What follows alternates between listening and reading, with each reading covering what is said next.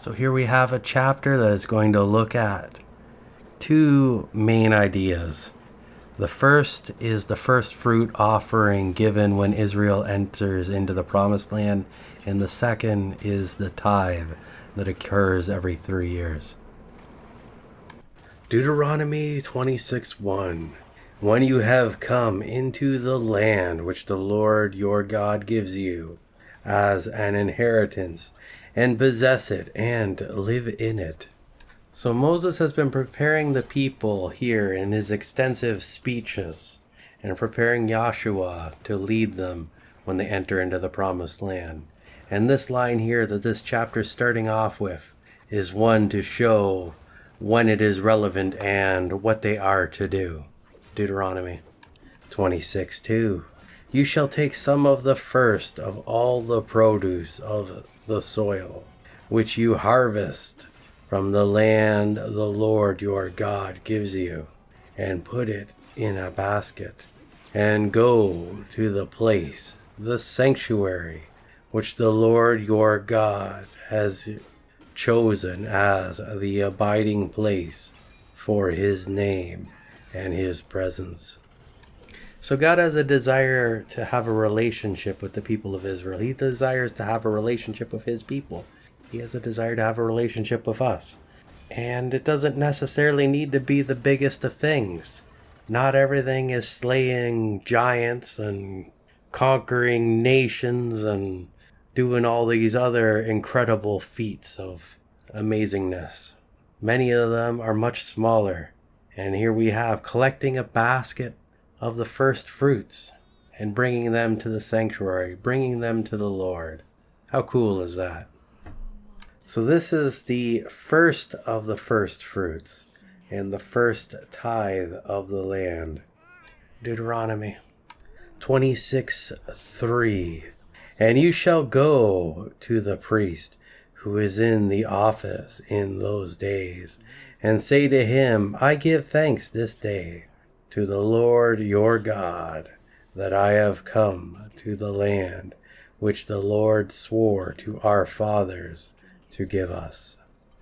So it's the time of the harvest, and the Israelites, they're starting to take their produce off the field, and they bring the first things that they take off the fruit, potentially the best things they have, and they're bringing them into the Lord to give him.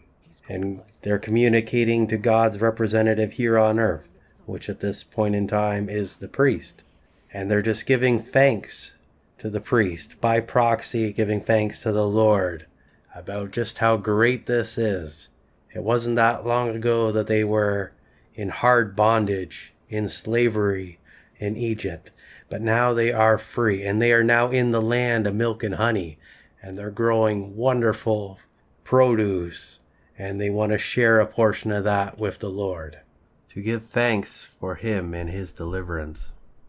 26:4. And the priest shall take the basket from your hand, and set it down before the altar of the Lord your God.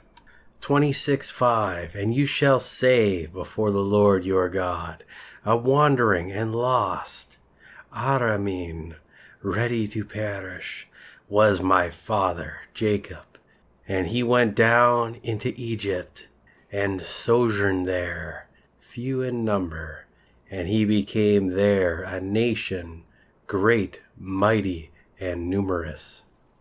So these items are given to the priest, and the priest brings them to the altar, and then the person making this offering has to recount this line here. I don't know if the priest is leading him through it. Maybe that's the case. That's often what we see at weddings. It's not that it's necessarily memorized, but they're led through the ceremony. I suppose it also could be an overview written here, and each person could recount their own version of it, and there might be slight variations. But it's also possible that it could be an overarching thing, that the priest leads a whole bunch of people through this event all at once. There's a lot of people in Israel, and it would take a lot of time to do this all individually, but maybe there's a crowd of people, they all bring their baskets, and then they recount in unison. In this translation, we have the Aramean as the group of people. In the King James, it uses the term Syrian as a reference to the historical ancestry of the Israelite and where they originally came from before they were down in Egypt, in the lineage that was before. They went down as a family, but they left as a nation, great and mighty in population. Deuteronomy 26:6. And the Egyptians treated us very badly, and afflicted us, and laid upon us hard bondage. 26:7. And when we cried to the Lord, the God of our fathers, the Lord heard our voice, and looked on our affliction, and our labor, and our cruel oppression. 26:8. And the Lord brought us forth out of Egypt with a mighty hand, and with an outstretched arm, and with great awesome power, and with signs and with wonders. So this is a continuation of the line that is to be recited, and we see that it is the history of Israel from going down into Egypt into bondage, and then we have the Exodus and the events that occurred during that, and how God was there leading them and directing them, and his great and wondrous things that he did to make this happen. This is something that is important to do because it's very easy to forget things, and if they are not repeated, then they are not in the consciousness. Deuteronomy 26:9. And he brought us into this place and gave us this land, a land flowing with milk and honey. 26:10. And now, behold, I bring the firstfruits of the ground, which you, O Lord, have given me, and you shall set it down before the Lord your God, and worship before the Lord your God. So the priest receives this offering in this basket, takes it to the altar. The person recites this portion, and at the end of this recount of the history, a thanks is given to the Lord, and then they worship the Lord. The Lord has done a lot for the people of Israel. He has brought them to this place, but now he is asking for their first fruits. I don't think this is compensation for what he has done, but a method for building a relationship between the people of Israel and himself. Deuteronomy 26:11. And you and the Levite and the stranger and the sojourner among you shall rejoice in all the good which the Lord your God has given you and your household. So this is a great big celebration here that is occurring. And they're not to celebrate alone. They're to bring the Levite in as well. Yeah, the Levite's part of Israel, but they're kind of separate and distinct, and they don't really do the farming and agriculture like the rest of Israel. But they're bringing them into the party. Same with the stranger and the sojourner. Yeah, they're in the land, they're doing their thing. They're not really required to participate or offer to the Lord in the same way that the Israelites are, but they're bringing them into the celebration. They're not leaving anybody out for this great and glorious time of celebrating the Lord. Deuteronomy 26:12. When you have finished paying all the tithe of your produce, the third year, which is the year of tithing, and you have given to the Levite, the stranger, and the sojourner, the fatherless, and to the widow, that they may eat within your towns and be filled. So now we're looking at something else. This is the tithe that occurs every 3 years, and this is given to the Lord, but the food is brought into the town and into the cities and it nourishes the Levites as well as the less fortunate. This is one of the welfare systems that is set up in Israel to look after them. I'm sure this was not an insignificant amount of food either.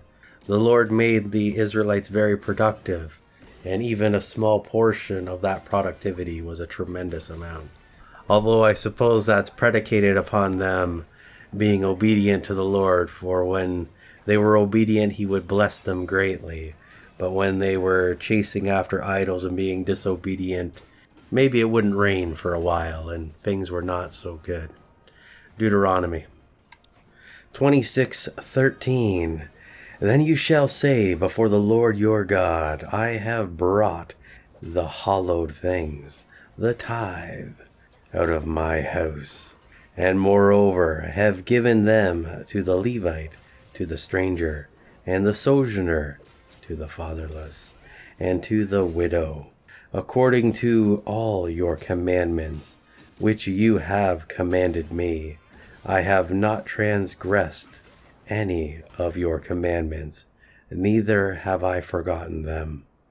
So the tithe is given, and after the tithe is given, then we have a communication made by the person to the Lord, recounting what they have done, and that they have been faithful in following God's rules and ordinances, and that they have been looking after the Levite, the stranger, the sojourner, the fatherless, the widow, those less fortunate. Deuteronomy 26:14. I have not eaten of the tithe in my mourning, making the tithe unclean, nor have I handled any of it when I was unclean, nor given any of it to the dead. I have hearkened to the voice of the Lord my God. I have done according to all that you have commanded me. So when the tithe is to be given, it is to be given in the right way or the right manner. And if a person is defiled, well, then they can't really give their tithe at that current time.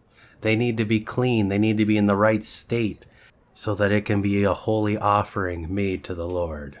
There's many different chapters discussing the uncleanness and different things that would make somebody unclean, from different illnesses and sicknesses, the exposure to dead bodies, different foods. There was a whole bunch of things that could make somebody unclean.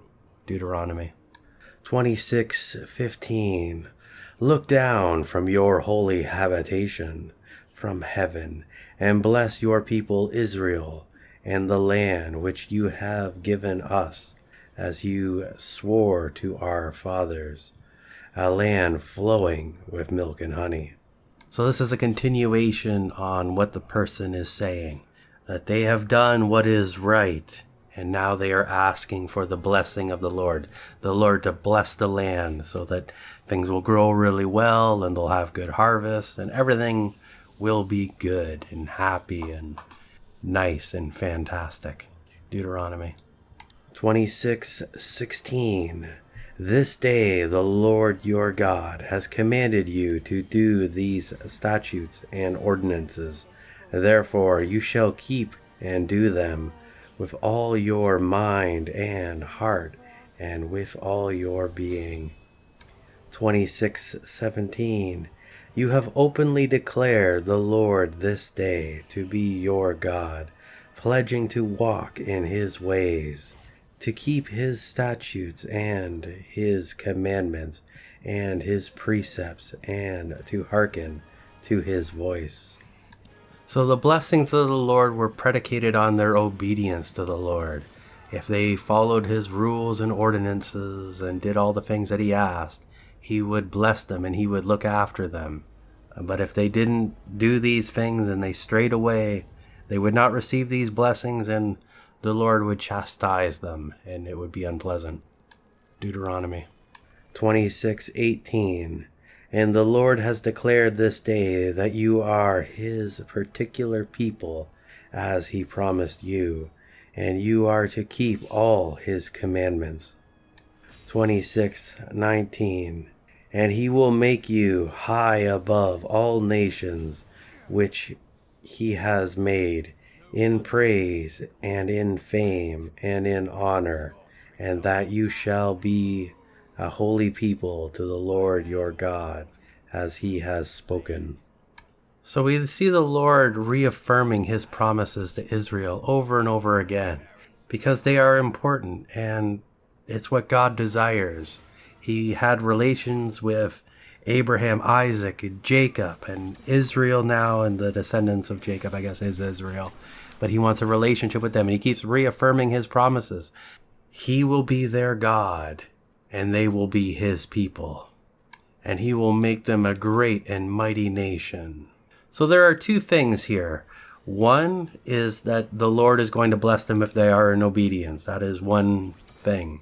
But completely separate to that and distinct from that is the Lord's promises to Israel. That is a contract. He is their God and they are his people. Even if they stray away and they mess around and do all this funny business, he is still their God. He purchased them from Egypt, so they are his. They cannot escape from that. They can be disobedient and they can really screw things up, but they are his regardless, for he purchased them. So they are two separate things, but it is in Israel's best interest to be obedient to the Lord and to follow after the Lord and to follow his rules and commandments and to look after the poor and the needy and the less fortunate. And he's going to bless them if they do that. But they will not lose their relationship in the form of this contract that God is their God if they are disobedient. And it's a lot easier to remain faithful to the Lord if you dwell on and remember those blessings of the past, the things that he has done in your life to lead you where you are today. When we lose sight of the Lord and we forget what he has done, we fall astray and, like Israel, fall in the path of destruction.